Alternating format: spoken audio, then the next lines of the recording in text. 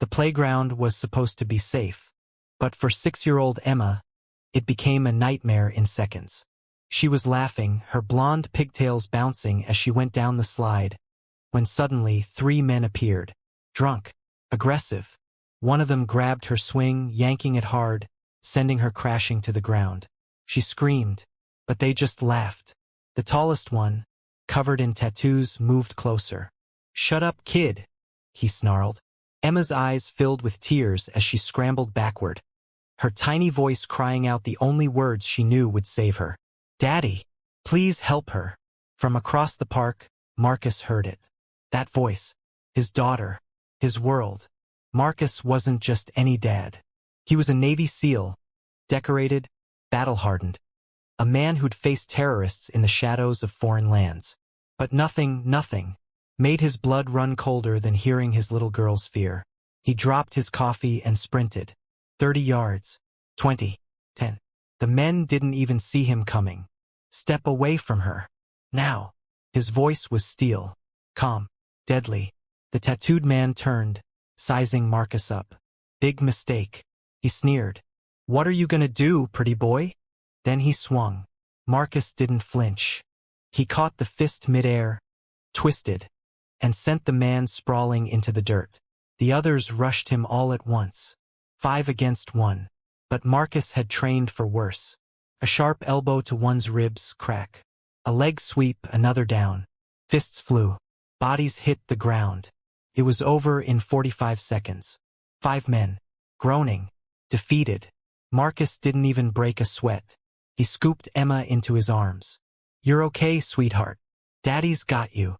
But the crowd that had gathered? They didn't cheer. They stared. Phones out. Recording. And within minutes, the police arrived.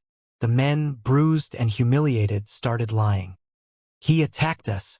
We were just standing there." The lead officer looked at Marcus, then at the 5 men on the ground, and made a decision that would haunt him. "Sir, I'm going to need you to come with us." Marcus couldn't believe it. He was being arrested. In front of his daughter. Emma sobbed. "No, Daddy didn't do anything wrong. They hurt me." But they didn't listen. They cuffed him. And as they led him away, Marcus saw the smirks on those men's faces.